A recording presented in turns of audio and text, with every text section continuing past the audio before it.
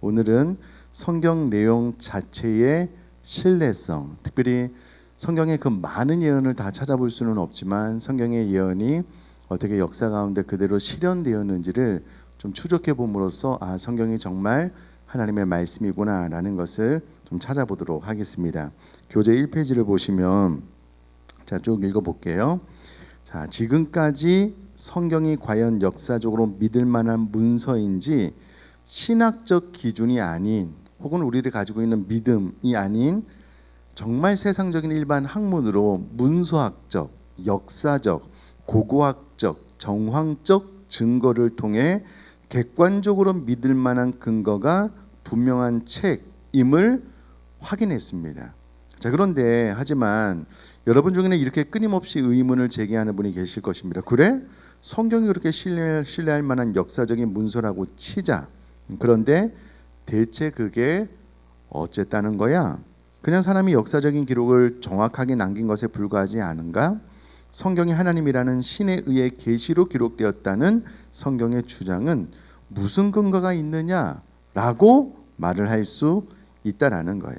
사실 이에 대한 답변은 앞서 살펴본 증거들만으로도 충분히 반증이 가능합니다. 그러나 성경에 기록된 수많은 기적들과 사건들, 예수님의 실종과 죽음, 부활 등의 초자연적인 일들이 실제로 있었다는 것을 확인했는데 이러한 초자연적인 일들은 신적인 존재의 개입이 없이는 불가능하기 때문입니다. 하지만 지금부터는 그래도 의심하는 분을 위해 추가적인 증거를 제시하려고 합니다. 그 증거는 바로 성경 내용 자체의 내적 일관성과 예언 성취입니다. 앞서 언급한 바와 같이 성경은 지금처럼 교통이 발달하지도 않았고 인터넷이나 방송, 책 등과 같은 정보 매체가 전혀 없었다는 거예요. 인쇄술의 혜택조차 받지 못했던 수천 년 전에 써진 고대 문서라고 했습니다. 그것도 지리적, 시기적으로 완전히 동떨어져 있고요. 정부의 교류조차 전혀 불가능했던 시기에 약 1600년 동안 약 40여 명의 독립적인 저자들이 저술한 책이 성경이라는 거예요. 이런 상황에서 성경 문서 간의 내용의 상호 일관성이나 완전한 통일성 그리고 역사적인 예언의 성취가 발견된다면 이는 신의 개입이 없이 상식적으로는 결코 발생할 수 없는 일이라고 할 수 있을 것입니다. 자, 여러분 여기서 잠깐 좀 생각을 해보면요, 여러분 요즘은 한 세대를 한 30살 정도로 보는데요, 30세가 아니고요, 위아래로 5살 정도만 차이가 나도 세대 차이를 느낀대요. 서로의 언어가 생각이 일치하지 않는 거예요. 이쪽에서 말하면 알아들을 수 없어요. 상대방의 가치관, 생각, 말, 또 그 모든 것들이 이해가 안 된대요. 5살만 차이가 나도. 근데 여러분 1600년 동안 40여 명이 서로 얼굴도 보지 못했어요. 요즘에 뭐 핸드폰으로 뭐 그냥 막 통 날리면 바로 대답을 하지만 그렇게 만난 사람도 많지도 않아요. 그런데 이 성경의 방대한 책이 어떻게 구약은 오실 예수님, 신약은 오신 예수님이다라고 압축해서 일관되게 통일되게 쓰여질 수 있느냐라는 겁니다. 여러분 이것은 상식적으로 불가능 플러스 불가능 플러스 불가능입니다. 1600년 동안 40여 명이 각자 있는 지역에서 직업도 다르고 뭐 당시 문화도 다르고 뭐 환경이 다 달라서 뭐 이렇게 써가지고 책을 하나 딱 만들어 놨는데 이게 창세기 이 세상의 시작부터 계시록 이 세상의 끝까지 정확하게 예수 그리스도로 관통하고 있는 겁니다. 이것은 신의 개입이 있지 않고서는 불가능한 겁니다. 이 자체 하나만으로도 성경은 사람이 그냥 쓴 책이 아니다라는 것을 알 수 있다라는 거예요. 자, 그러나 여기에 그치지 않고 또 많은 증거들이 있는데 계속해서요. 그렇다면 성경 자체의 내적 일관성과 신뢰성은 어떻게 검증할 수 있을까요? 가장 간단하고 확실한 방법은 성경에 무수히 많이 나오는 예언이 문자적으로 역사적으로 정확하게 성취되었고 서로 다른 성경 문서 간의 예언에 불일치가 없는지를 확인하는 것입니다. 성경의 예언이 과연 성취가 되었는가, 또 이쪽에서 말한 예언과 이쪽에서 말한 예언이 충돌하지 않는가, 다 일맥상통하는가, 이런 거를 따져보면 알 수 있다는 거예요. 자, 성경의 27%, 구약은 23,210구절인데 그 중에 6,641구절이 이제 예언, 신약은 7,914구절 가운데 1,711구절이 예언으로 구성되어 있는데요. 이는 과거와 현재 그리고 미래의 역사를 직접적으로 다루고 있기 때문에 객관적인 평가의 기준으로 삼을 수 있다는 거예요. 많은 사람들은 예언가라고 하면 누구를 떠오르냐면요, 노스트라다무스, 진 딕슨, 에드가 케이지, 혹은 저렴한 가격에 알찬 서비스를 제공해주는 동네 점집 무당 아줌마, 뭐 최근에 신내렸어요, 뭐 이런 사람들이요, 혹은 월드컵 우승을 맞추는 문어를 생각할지 모르겠습니다만, 사실 여러분이 막연한 판타지 소설이라고 생각하는 성경의 3분의 1이 아주 구체적인 인류에 대한 역사 예언을 담고 있다는 사실을 아십니까? 또한 성경에 기록된 예언은요, 날이 좋을 때 북쪽으로 하면 귀인을 만날 수 있지만 그때 마음을 정결하게 하지 않으면 못 만날 수도 있다라는 식의 어떤 상황에서도 끼워 맞춰서 먹힐 수 있는 애매모호한 예언이 아니라는 거예요. 성경의 예언은. 그럼 북쪽으로 가면 귀인을 만날 수 있지만 그때 마음을 정결하게 하지 않으면 못 만날 수도 있어요. 그럼 이렇게 되면은요, 모든 상황 가운데 다 피해갈 수 있습니다. 북쪽으로 하는데 귀인을 만났어요. 그럼 내 예언이 맞았지, 이렇게 되잖아요. 북쪽으로 하는데 귀인을 안 만났어요. 그럼 어떻게 해석을 할까요? 너 마음을 정결하지 않았네, 이렇게 되는 거예요. 그러니까 모든 상황 가운데 다 끼워 맞출 수 있는, 그러나 성경의 예언은 이렇지 않다라는 거예요. 명확하게 애매모호한 예언이 아니라는 거예요. 여러 민족과 국가의 역사에 대한 커다란 세계사적 흐름을 심지어 연디 하나 틀리지 않고 정확하게 맞춘 예언이 성경에 넘쳐난다라는 거예요. 심지어는 지금 우리가 살고 있는 2025년의 현재 상황도 소름 끼치도록 완벽하게 묘사하고 있고요. 이후에 어떤 일이 일어날지까지도 예언하고 있다면 믿으시겠습니까? 믿기 힘드시다고요? 지금도 그 내용에 대해서 하나하나 살펴보겠습니다. 자, 그런데 들어가기 전에 알고 있으면 좋겠다 싶은 내용이 있는데요. 성경의 예언이 사건이 발생한 이후에 후대에 조작한 것이 아니냐라는 근거 없는 음모론을 제기하실 분이 분명히 계실 것 같아 성경의 기록 연대 추정에 대해 간단하게 언급하고 넘어가겠습니다. 이게 무슨 말이냐면요, 어떤 사건이 딱 발생했어요. 근데 그 발생하고 난 다음에 성경을 기록한 거예요. 이 일이 발생할 것이다. 이렇게는 불가능하다라는 거예요. 왜냐하면 성경이 기록된 당시의 연대 측정이 가능하기 때문에 그렇다는 거예요. 자, 여러분이 믿지 못한다고 해서 공식적으로 입증된 성경의 기록 연대가 바뀌는 것은 아닙니다. 고문서의 경우, 원본인 경우 과학적 연대 측정법을 이용하여 측정 연대를 알 수 있으나 성경과 같이 사본인 경우 다각적인 방법을 통해서 기록 연대를 추정한다라는 거예요. 그게 가능하다는 거예요. 연대 측정의 방법으로 문서의 문체, 언어를 고고학적으로 연구하여 연대가 입증된 유사한 내용이나 문체의 고문서와 비교 조사하거나 기록된 지명, 인명, 고유 명사를 단서로하여 추적하기도 한다라는 거예요. 또한 문서의 기록자가 신문과 함께 기록 연대를 표기해 두는 경우도 있어 참고하는 경우도 있고요. 신빙성 있는 다른 사료에서 그에 대한 언급이 있는 경우 참고하여 연대를 추정하기도 한다라는 거예요. 성경의 연대 측정은 성경 전 66권에 대하여 정밀하고 세밀하게 입증이 되었고요. 성경의 기록 연대는 학자마다 거의 일치하여 추정하고 있다는 사실을 알아야 한다라는 거예요. 이미 성경의 연대기는 연구가 끝났다는 거예요.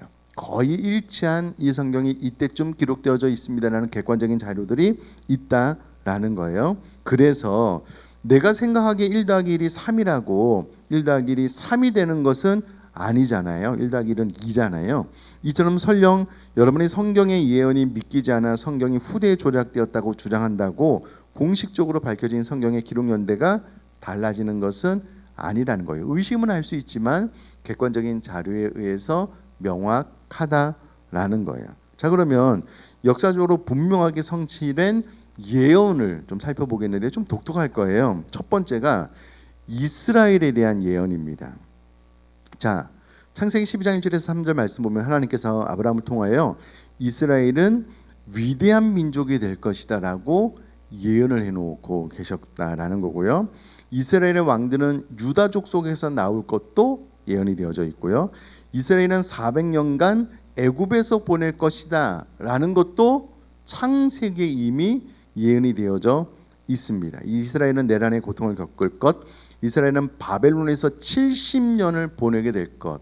놀라운 것은 이스라엘이 하나님의 징계로 망하게 되어서 바벨론에서 70년을 보내게 될 것에 대해서 예레미야가 예언을 해놓고 있고요. 또요, 이스라엘은 70년 후에 다시 예루살렘으로 돌아올 것에 대해서도 예언을 해놓고 있고요. 이스라엘은 끝내 세계 만방에 흩어지게 될 것, 이스라엘은 이 나라를 가운데서 속담거리가 될 것, 이스라엘은 많은 나라에 빌려주고 꾸어오지 않을 것, 이스라엘은 쫓겨다니고 박해를 받을 것, 이스라엘은 세계의 여러 나라 가운데서 고립될 것. 자, 넘기기 전에요. 그럼 이것이 창세기에 이미 예언된 그대로 이스라엘 백성들은 큰 민족이 되었을 뿐만 아니라 400년간 애굽에서 노예로 종으로 고통받게 됩니다. 그리고 이미 이스라엘은 바벨론에서 70년 동안 보내게 되고 포로에 의해서 돌아오게 될 것도 이미 이 사건이 있기 전에 다 예언해 놨는데 그 예언이 정확하게 성취되었다라는 거예요. 자, 넘어가기 전에 저를 한번 봐주십시오. 제가 한번 설교 시간에도 한번 말씀을 드렸는데요. 창조과학회에서 강연을 많이 하시는 박사님이 이런 이야기를 하셨어요. 제가 이제 저대로 번역을 해보면 이렇게 제가 예언을 한다라고 한번 생각을 해보셔요. 아마 들으시면 기억이 날 거예요. 제 아들이 지금 애인이 없어요. 그런데 내년 6월에 우리 교회에서 결혼을 할 거예요. 제가 예언을 하는 거예요. 근데 결혼할 때 누가 오냐면은요, 미국의 대통령이랑 중국의 시진핑이랑 일본의 총리가 와서 제 아들의 결혼을 축하해 줄 거예요. 제가 그렇게 예언을 했어요. 내년 6월에 제 아들이 우리 교회에서 결혼했어요. 지금 목사님 뭔 소리 하시나? 예를 드는 거예요. 결혼을 했어요. 근데 실제로 트럼프도 오고요, 시진핑도 오고요, 일본의 총리로 와서 야 현빈아 너 결혼 축하한다 이렇게 됐어요. 예를 들어서 여러분 이렇게 되려면 예언한 제가 미래에 대한 성경 지명뿐만 아니라 미래에 일어날 일을 예언해 놓으면 그 미래에 일어날 일들에 대해서 성취할 수 있는 능력이 있어야 돼요, 없어야 돼요? 적어도 제가 트럼프 대통령을 불러올 만한 인맥이나 권력이나 뭐 재력이나 뭐가 있어야 되겠죠. 여러분 트럼프 대통령이 한국에 와서 제 아들 결혼 축하할 가능성이 있을까요, 없을까요? 시진핑 와서 가능성이 있을까요, 없을까요? 없잖아요. 근데 그게 이루어졌어요. 그러면 저는 뭔가요? 이렇게 생각을 해보자고요. 그럼 성경에 하나님께서 아브라함을 통하여 큰 민족을 만들겠다. 근데 이 민족이 400년 동안 애굽에서 종살이 할 거야. 너네 범죄해가지고 70년 동안 포로 생활할 거야. 근데 너 70년이 지나면 돌아올 거야. 이거를 하나님께서 성경에 다 미리 예언을 해놨어요. 근데 정확하게 역사 안에서 그게 일어났잖아요. 그럼 하나님은 누구시라는 거예요? 신이시라는 거죠. 성경은 사실이라는 거예요. 이게 부인할 수 없는 사실인 거예요. 이미 성경은 다 오래전에 기록되어서 원본이 이제 유실되었지만 사본으로 몇천 년이 지나서 이제 발견되는데 그게 서로 다 이제 같은 거예요. 그리고 이미 몇천 년 전에 예언해 놓은 게, 여러분 예수님의 십자가 사건도 700년 전에 예언해 놓은 게, 십자가의 형벌 자체가 없을 때 예언을 해 놓은 게 700년 전에 그 예언대로 이루어졌다니까요. 그러니까 이와 같은 것들을 보면 성경이 하나님의 말씀이다, 하나님은 역사를 주관하신 분이다라는 것을 부인하려야 부인할 수가 없는 거예요. 여러분 이것은 믿음이 아닙니다. 과학적으로 그래요. 성경이 이제 고고학적으로 또 이제 고문서법에 의해서 정확한 것처럼 이와 같은 예언이 성취가 되었다라는 겁니다. 조금만 더요. 3페이지를 보시면 이스라엘은 그들의 메시아를 배척할 것이다. 배척했죠. 예수님 모셔서 이사야서는 예수님 모시기 700년 전에 기록된 성경입니다.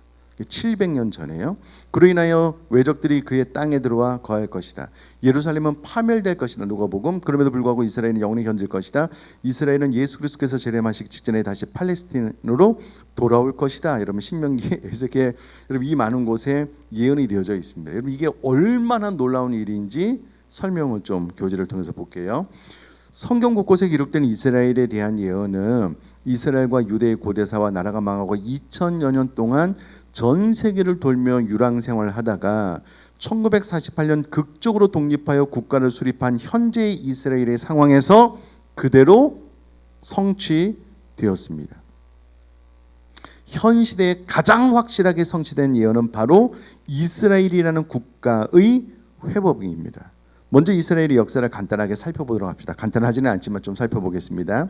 이스라엘 민족의 역사는요, 순환의 역사였습니다. 모세라는 카리스마적인 지도자의 이집트의 노예 생활을 마친 유대인은 BC 1020년 여호수아라는 리더를 앞세워 하나님이 약속한 땅 가나안 땅에 입성하게 됩니다. 이후 사울 왕이 왕국을 이루고요, 다윗 왕이 왕국을 통일했으며 솔로몬에 이르러 부귀영화를 누리게 됩니다. 정말 통일 왕국으로 나라가 부강하게 되었습니다. 하지만 BC 932년경 솔로몬 왕의 사망 후 북이스라엘과 남유다로 분열되었고요. 이스라엘은 아시리아, 아수르입니다. 남유다는 신 바벨론입니다. 의해 멸망당했습니다. BC 63년경 로마에 의해 점령되었고요. AD 70년 예루살렘이 함락되고 성전이 파괴된 후 유대민족은 뿔뿔이 흩어져 전 세계를 유랑하는 순환의 세월을 겪게 됩니다. 다 성경의 예언의 논대로 일어난 사건입니다. 자, 이후 놀라운 것은요, 2000여 년 가까이 전 세계를 떠돌며 2차 대전의 대학살과 같은 비참한 현실을 겪던 유대인은 19세기 말부터 시작된 시온주의 운동이 일어나고요, 1917년 영국의 벨포어 선언으로 팔레스타인의 유대인 국가의 건설 보장이 약속되어 유엔의 승인하에 1948년 기적적으로 이스라엘이라는 국가를 수립하게 됩니다. 여러분 2차 대전 대학살 유대인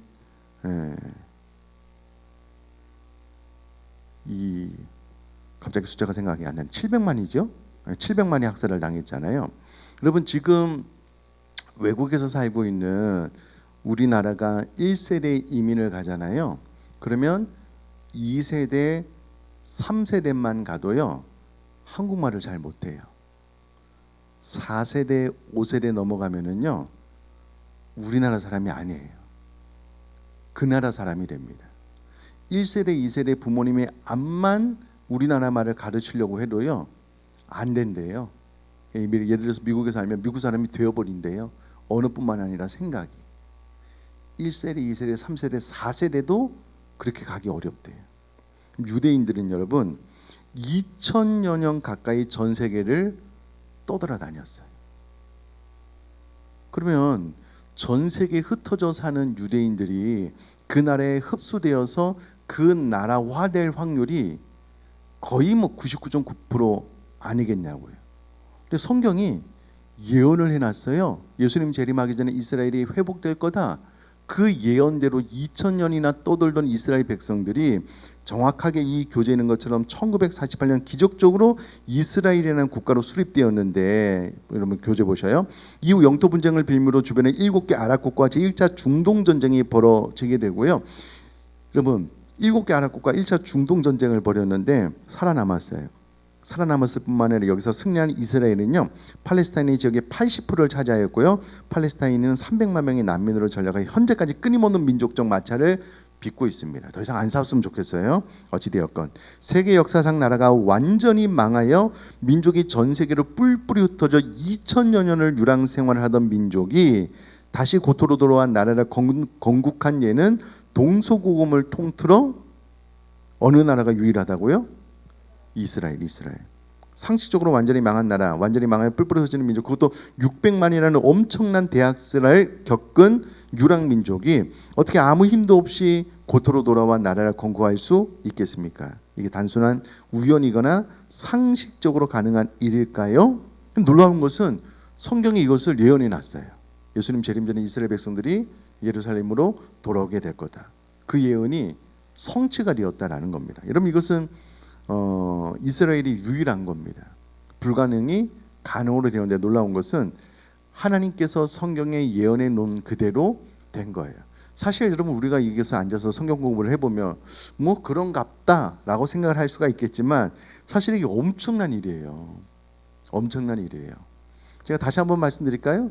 내년 6월에 제가 제 아들이 우리 교회에서 결혼시킬 텐데 세계 나라 대통령 막 와서 축하해. 이 말도 안 되는 소리잖아요. 그게 이루어진 것보다 더 힘든 일이 예루살렘의 회복이에요. 2000년이라는 이 광활한 시간이 지나고 난 다음에. 그러니까 성경은 하나님의 말씀이다. 이게 인정을 안 할래야 안 할 수가 없다라는 거예요. 자, 이스라엘에 대한 이야기를 했으니까 성경에 여러분 여러 나라들을 예언을 해놓고 있잖아요. 자, 4페이지 보시면 다른 이방 나라들과 관계된 예언들 볼게요. 바벨론은 다니엘은 여러분 BC 530년경 기록된 책인데요. 다니엘 2장 31절과 43절, 7장 1절에서 8절에 언급하고 있는 세계 최초의 4대 강국 가운데 하나였습니다. 이사야와 예레미야와 마찬가지로 다니엘은 강국 바벨론이 멸망할 것을 예언한 바 있는데 이것은 BC 539년 10월 13일 즉 메대 사람 다리오가 성을 함락함으로 문자 그대로 성취되었다라는 거예요. 바벨론은 지금 현재 이라크, 시리아, 레바논과 이스라엘에 이르는 땅을 정복한 고대 제국으로서요. 학문과 과학이 매우 발달한 문명 국가였습니다. 바벨론 성은 높이가 20m에 이르렀고요. 20년 먹고 살 수 있는 식량을 비축해 둔 데다가 유브라데 강이 성을 흘러 지나가므로 물 걱정이 없어 난공불락의 요새로 여겨지고 있었다라는 거예요. 근데 성경이 바벨론이 하나님께 범죄함으로 멸망할 것에 대해서 예언을 해놓고 있는 거예요. 아니 이렇게 강국이 어떻게 멸망할까? 이게 불가능한 일이거든요. 그런데 이런 바벨론 제국을 멸망시키고 페르시아 제국을 세운 왕이 키루스 또는 쿠로시라고 불리는 성경에는 고레스 왕으로 기록이 되어져 있는데요. 고레스 왕입니다. 역사가 헤로도토스의 기록에 따르면 BC 539년 10월 고레스 왕은 병사들에게 수로를 파서 성 안으로 흘러 들어가는 강물을 늪으로 돌리라는 명령을 내렸고요. 강을 마르게 하는 작전을 썼고요. 이러자 성 안으로 들어가는 유브라데 강의 수위가 무릎까지 낮아져서요. 페르시아 군대는 강을 통해 바벨론 성으로 쳐들어갈 수 있었다라는 거예요.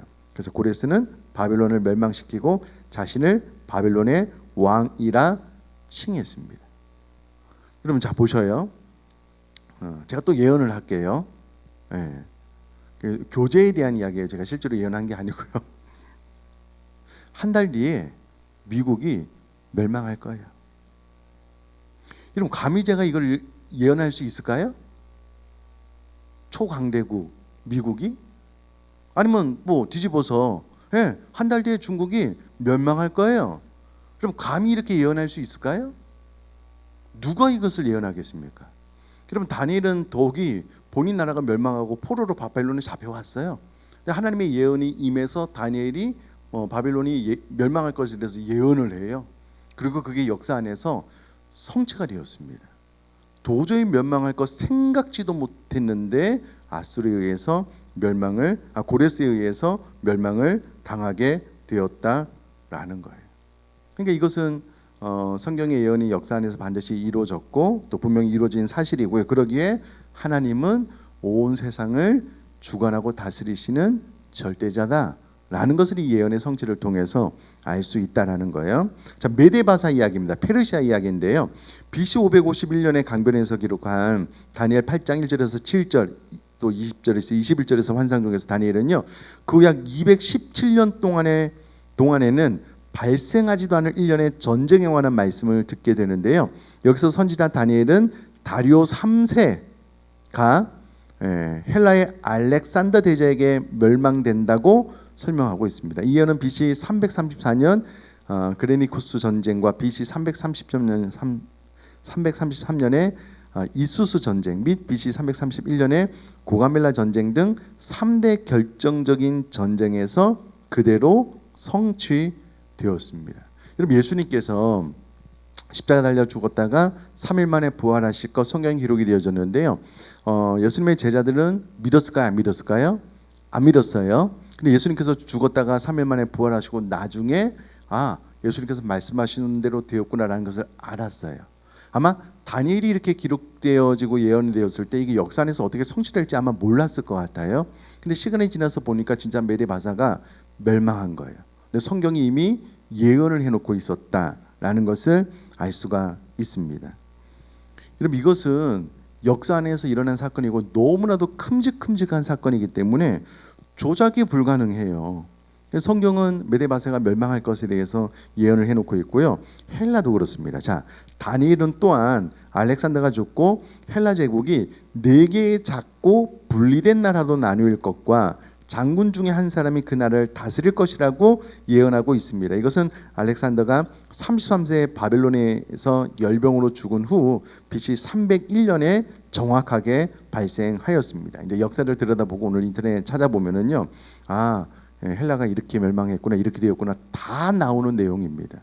중요한 것은 이것도 성경에 다 예언이 되어져 있고요. 로마입니다. 다니엘은 로마가 넷째 왕국이며 세기가 철과 같다고 예언을 했는데 이는 역사적으로 입증되었습니다. BC 300년까지도 로마는 지중해 세계에서 가장 중요한 세력을 장악하고 있었고 BC 200년까지 로마는 가장 강족으로 보았던 카르타고를 정복하였고요. BC 63년에 로마의 장군 폼페이가 예루살렘에 입성하였습니다. 그렇지만 다니엘은 그 예언 가운데서 왕국이 나뉘을 것이라고 하였는데 이는 AD 364년에 성취되었습니다. 로마에 대한 예언도 이미 하고 있고요. 다 예언이 되었고 이제 애굽에 대한 이야기입니다. 예수님이 오시기 600년 전에 이미 선지자 에스겔은요, 애굽이 지극히 미약한 나라가 되어 다시는 나라들을 위해 스스로 높이지 못한다고 예언이 되어져 있습니다. 애굽은 BC 3200년경 하나의 왕국으로 통일되었고요. BC 332년에 애굽을 정복한 알렉산더 대제 때까지 왕조를 계승하며 통치하였지만 주목할 것은 에스겔이 애굽을 에돔의 경우처럼 사라질 것으로 예언하지 않고 다만 애굽이 붕괴, 즉 세력을 잃게 되어 다시는 세계 강국이 되지 못할 것이라고 예언하였고 이 예언은 현재 문자 그대로 이루어졌습니다.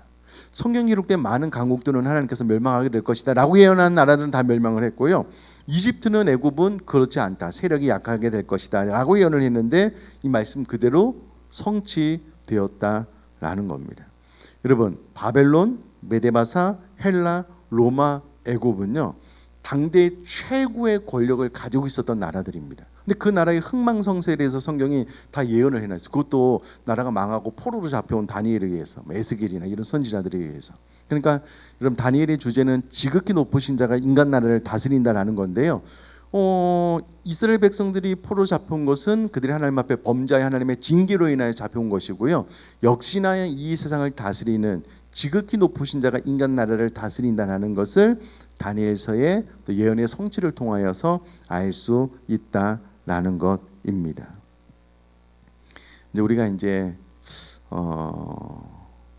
제가 예를 들어서 이 테니스를 몰랐을 때는요, 이 테니스를 있는 힘으로 이렇게 드라이브를 탁 쳐가지고 이 네트 위를 살짝 넘어가서 상대방이 코트에서 딱 떨어지는 그 그림이 얼마나 대단한 건지 잘 몰랐어요. 치면 되는 줄 알았어요. 이제 테니스는 이제 조금 쳐보니까 이게 힘을 조금만 주면은요, 공이 상대방이 네트 라인 바깥으로 나가기 일쑤예요. 이거를 절묘하게 이렇게 드라이브를 딱 걸어서 공이 스피드를 먹어가지고 날아가다 이렇게 훅 떨어지지 않으면은요, 바깥으로 나가버려요.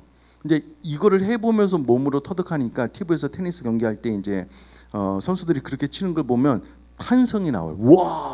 와, 이렇게 이제 그게 비로소 보여지게 되는 거예요. 이제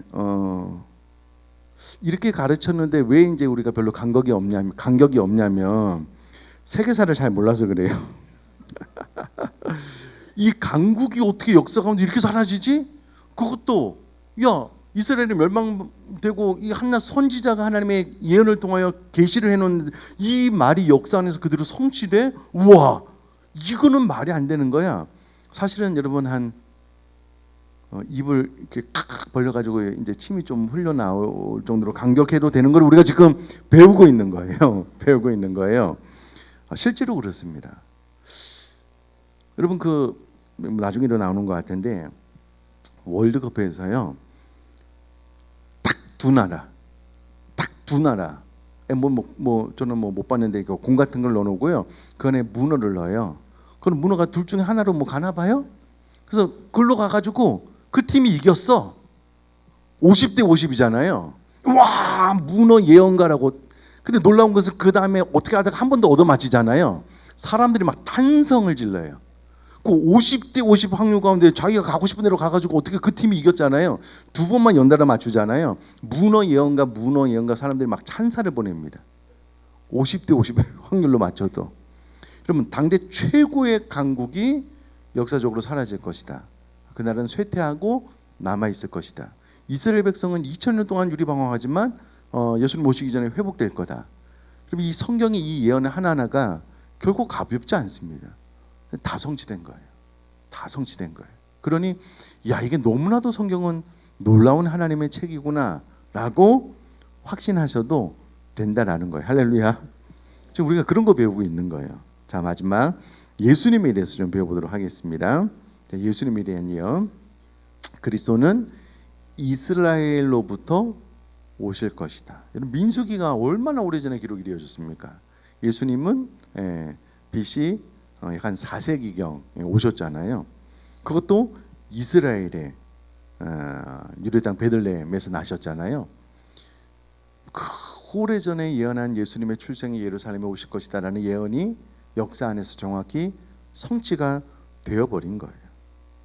여러분, 이게 이제 우리는 그렇게 말해야지 이제 현실로 다가오는 것 같아요. 저는 뭐 안 해봤는데 로또가 언제 한 번씩 발표를 하죠? 1등 번호? 예? 일주일에 한 번씩 하나요? 일주일에요? 네. 그럼 제가 여기서 자, 여러분 받아 적으세요. 이번 주 로또 번호입니다. 이거 착착착착 해가지고요. 일주일 뒤에 1등 당첨됐어. 그럼 저를 어떻게 보실 거예요? 예?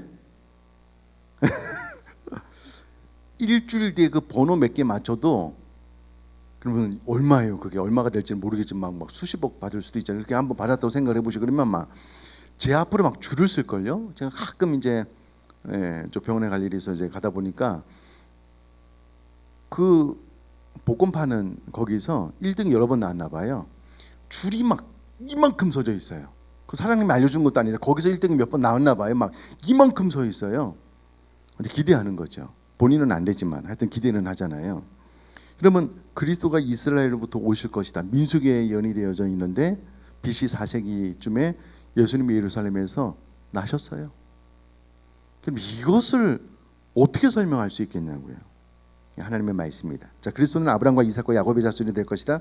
그리스도는 베들레헴에서 태어나실 것이다. 그리스도는 처녀에게서 태어날 것이다. 야, 이게 참 이사야가 700년 전에 예언한 건데 놀라운 일이죠. 그리스도께서 태어나실 때는 상세히 예언되어 있고요. 그리스도의 오심은 그의 선두주자에 의해 선포될 것이다. 메시아는 육신으로 나타나신 하나님이시다. 그는 어린 시절을 이집트에서 보낼 것이다. 그는 고난을 받고 속죄를 이루실 것이다. 그는 나귀의 새끼를 타고 예루살렘으로 입성하실 것이다. 자, 중요한 것은 그가 고통 중에 있을 때 쓸개죽과 식초가 주어질 것이다. 그의 뼈는 부러지지 않을 것이다. 십자가 처형이 있기도 전인데요. 사람들은 그의 옷을 나눠 갖기 위하여 제비 뽑을 것이다. 여러분, 이게 이제 시편만 되어 있는데요. 다른 성경에도 나와 있는데, 여러분 십자가 처형은 이제 이사야도 예수님의 십자가 사건을 예언을 해놓고 있는데 십자가의 고난을 십자가 처형은 시편과 이사야가 기록될 당시에 있지도 않았습니다. 역사에 있지도 않았어요. 로마가 이스라엘을 압제할 때 로마가 십자가 처형법을 만든 것도 아니에요. 로마가 다른 나라를 침략해 갔는데 거기에 십자가 처형법이 있는데 이게 너무 잔인한 거예요. 그래서 그거를 가지고 와서 그의 식민지 백성 가운데 정치범들, 로마에 반역하는 이들을 십자가에 못 박아 죽이기 시작한 거예요. 뿐만 아니라 그럼 십자가에 매달려서 죽은 척 할 수 있어요, 없어요?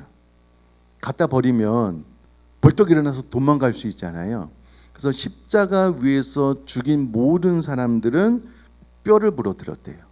만약에 그러면 죽지 않고 죽은 척 하고 있는데 뼈를 부러뜨리면 산 사람은 신음소리를 낼까요, 안 낼까요? 내지요. 암만 의지가 강한 사람이라도 뼈가 부러지면 소리가 낼 거잖아요. 그래서 확인 사살을 하는 거예요. 근데 여러분, 예수님은 뼈가 부러지지 않을 것에 대해서 예언이 되어져 있어요. 실제로 예수님은 뼈를 부러뜨리지 않고요, 옆구리에 창을 찔러서 죽음을 확인했습니다. 그러니까 십자가 예언이 있지도 않은데 몇백 년 전에 예수님 십자가 처형이 예언되어져 있고, 또 십자가 처형은 100%다 죽음을 확인하기 위해서 뼈를 부러뜨려서 확인을 했는데, 예수님은 뼈가 부러지지 않을 것에 대해서 예언을 해놨는데 실제로 예수님은 뼈가 부러지지 않았어요. 옆구리에 창을 찔러서 죽음을 확인했다고요. 이게 성경이 다 예언을 해놨는데, 있지도 않은 것을 예언을 해놨는데 역사의 흐름 가운데 십자가 처형이 생겨나 버려요.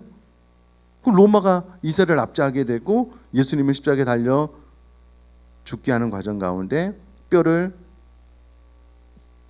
부러뜨리지 않고 창으로 옆구리를 찔러 죽음을 확인한, 이게 다 성경의 예언대로 이루어졌다는 거고요. 자, 그런 죽은 자들로부터 일으켜질 거다. 그래서는 친구에 의해 배반당할 것이다. 그는 30에 팔릴 것이다. 스가랴에 가룟 유다가 팔았고요. 그는 거짓 증인에 의해 모함을 받을 것이다. 그는 침뱉음을 당하고 사람들에게 맞을 것이다. 그는 이유 없이 미움을 받을 것이다. 그는 멸시와 조롱을 당할 것이다. 성경의 예언 그대로 다 이루어졌다는 거고요.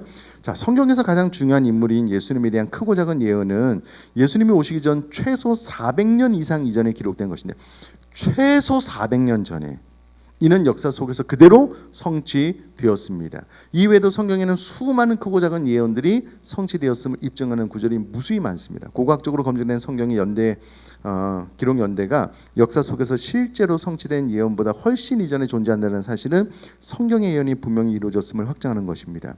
여러분, 혹시 아니야 예언에 관련된 역사적 사건이 일어난 다음에 성경이 그것을 보고 조작했을 것이다 라고 생각하는 분이 계신가요? 왜냐하면 너무 예언이 정확하게 성취가 되니까 그런 것 아닌가? 그런 앞서 언급한 바 있지만 그런 의혹은 얼마든지 제기할 수 있지만, 문제는 그를 뒷받침하는 객관적인 증거가 있어야 한다라고 했다라는 거죠. 그러니까 의심할 수 있는데, 그러면 그 의심을 사실로 확인할 객관적인 증거가 있느냐? 없다라는 거예요. 성경이 이미 이제 사본을 이제 이게 어느 연대에 기록되는가라는 것이 다 검증을 통해서 확인이 됐고, 확인해 보니까 이것은 역사에 오래전에 이미 예언됐고, 또 역사 안에 이것이 일어난 사건도 역사의 기록으로 가지고 있으니까 야, 이 성경은 예언이 100% 이루어졌구나라고 인정할 수밖에 없다라는 거예요. 예언을 기록한 성경의 기록 시기가 실제로 그것이 성취된 사건이 발생한 시점보다 앞서 있음이 역사적 고고학적으로 분명히 밝혀져 있고, 이를 반박할 객관적인 증거가 없기 때문에 이러한 주장은 분명히 근거 없는 억지 주장이라고 할 수 있습니다. 우리가 알고 있는 유명한 노스트라다무스, 진 딕슨, 그러나 적그리스도는 1962년에 인도에서 태어난다, 소혹성이 부딪힐 것이다, 중국이 서양 세계에 대해 세균 전쟁을 일으킬 것이다 예언했지만 다 빗나갔다라는 거예요. 같은 예언자들의 예언도 틀린 경우도 상당히 많을 뿐 아니라 해석 자체가 애매모호한 경우도 많이 있다라는 거예요. 이렇게 하면 나쁜 일이 생길 수도 있으니 조심하고, 처신을 잘하면 악재를 피할 수 있다는 식의 두루뭉술하고 조건적이면 뜬구름 잡는 식의 무당 예언도 있다라는 거예요. 월드컵 우승팀을 맞추는 분은 50대 50대 확률 신통방통하다라고 하잖아요. 하지만 성경의 예언은 조건적이지 않다라는 거예요. 애매모호하지도 않습니다. 두리뭉술하지도 않고요. 분명하고 직설적이고 단호합니다. 1분 1초의 앞도 내다볼 수 없는 사람의 머리로는 특정한 개인의 사적인 운명도 아닌 국가와 민족, 역사의 거대한 물줄기를 정확하게 예언한 것이 가능합니까? 이는 분명히 성경은 하나님의 말씀이라는 사실을 강력하게 반증하는 근거라는 거예요. 그럼 이건 또 좀 다른 이야기인데, 자, 안타까운 소식 하나는 우리 박한철 선교사님이 계신 네팔 정부에서 웬일인지 그 SNS, 유튜브 이런 것들을 금지를 했나 봐요. 그래서 네팔의 젊은이들이 지금 들고 일어났어요. 거의 무정부 상태가 되었습니다. 지금 심각해. 뉴스를 바라보시면 박한철 선교사님도 지금 계신 곳에서 나와서 다른 곳에 좀 있어야만 되는 상황이고요. 우리 박한철 선교사님, 목사님, 선교사님의 큰 딸이 이제 미국에서 곧 결혼을 하는데, 야, 이게 어떻게 좀 네팔에서 나오실 수 있을까? 안전도 걱정이 되지만 그런 것도 좀 다 걱정이 되는 상황이에요. 저는 개인적으로 충격을 받은 것이 무엇이냐면, 10년 전에 네팔에 대지진이 있을 때 대부분의 사람들이요, 신의 뜻으로 받아들이고 그것을 견뎌나가고 이겨나갔습니다. 많은 사람이 죽었는데. 근데 SNS 뭐 유튜브 이런 거 정부에서 막았다고 들고 일어났는데요. 폭력 시위가 깜짝 놀랄 정도입니다. 이게 왜 이렇게 되었을까? 물론 대지진과 정부에서 이제 그런 매체를 강제로 끊는 것은 좀 다른 문제이기는 해요. 근데 민족성 자체가 본인에게 뜻밖의 죽음이 찾아와도 신의 뜻이다라고 생각했던 이들이 막 거의 무정부 상태로 치달아가고 있는 거예요. 왜 그렇게 성난군종으로 바뀌게 되었을까? 이런 말세가 되면 난리와 난리의 소문이 많아질 거예요. 그 가운데 민족과 민족이 싸우는 일이 있어요. 뭐 이제 나라와 나라의 전쟁도 있고요. 근데 여러분 이것이 우리가 이제 몇 년 전에 본 영상을 통해서 현재 이제 세계에서 이 SNS뿐만 아니라 우리가 보고 있는 모든 것들을 만든 그 중심에 있는 장본인들이 본인이 만든 그 프로그램, 그 뭐 앱 이런 것의 결과 가장 우려되는 것이 무엇이냐라고 했을 때 그 중에 한 분이 내전이라고 이야기를 했어요. 내전. 왜냐하면 유튜브를 보면은요, 자기가 본 것만 봐요. 계속 그쪽 생각이 강화돼요. 다른 사람의 의견이 들리지 않아요. 너무 다른 양갈래로 가는데 이게 일치가 되지 않을 만큼 너무 먼 길로 가게 하는 특징이 그 가운데 있어요. 그래서 내전이래요. 미국도 내전에 대해서 그거를 만든 분이 걱정을 하더라고요. 그러니까 이제 이런 프로그램들이 생각지도 못하게 이렇게 나오는데 그걸 딱 듣는 순간 이게 뭐지? 말세가 되면 민족과 민족이, 그럼 민족과 민족은 다른 나라와의 싸움이 아니에요. 자신의 동포들 안에서 싸움이 일어나는 거예요. 불일치. 말세로 가는 겁니다. 이게 성경에 다 예언이 되어져 있어요. 여러분 말세가 되면 사람이 빨라질지 늦어질지 어떻게 알아요? 성경 사람들이 빠르게 될 거라고 이야기를 했어요. 여러분 얼마나 빠릅니까? 슉슉 빠르잖아요. 성경의 예언대로 안 이루어진 것이 없어요. 성경의 예언을 다 살펴보면은요 하나도 틀린 것이 없습니다.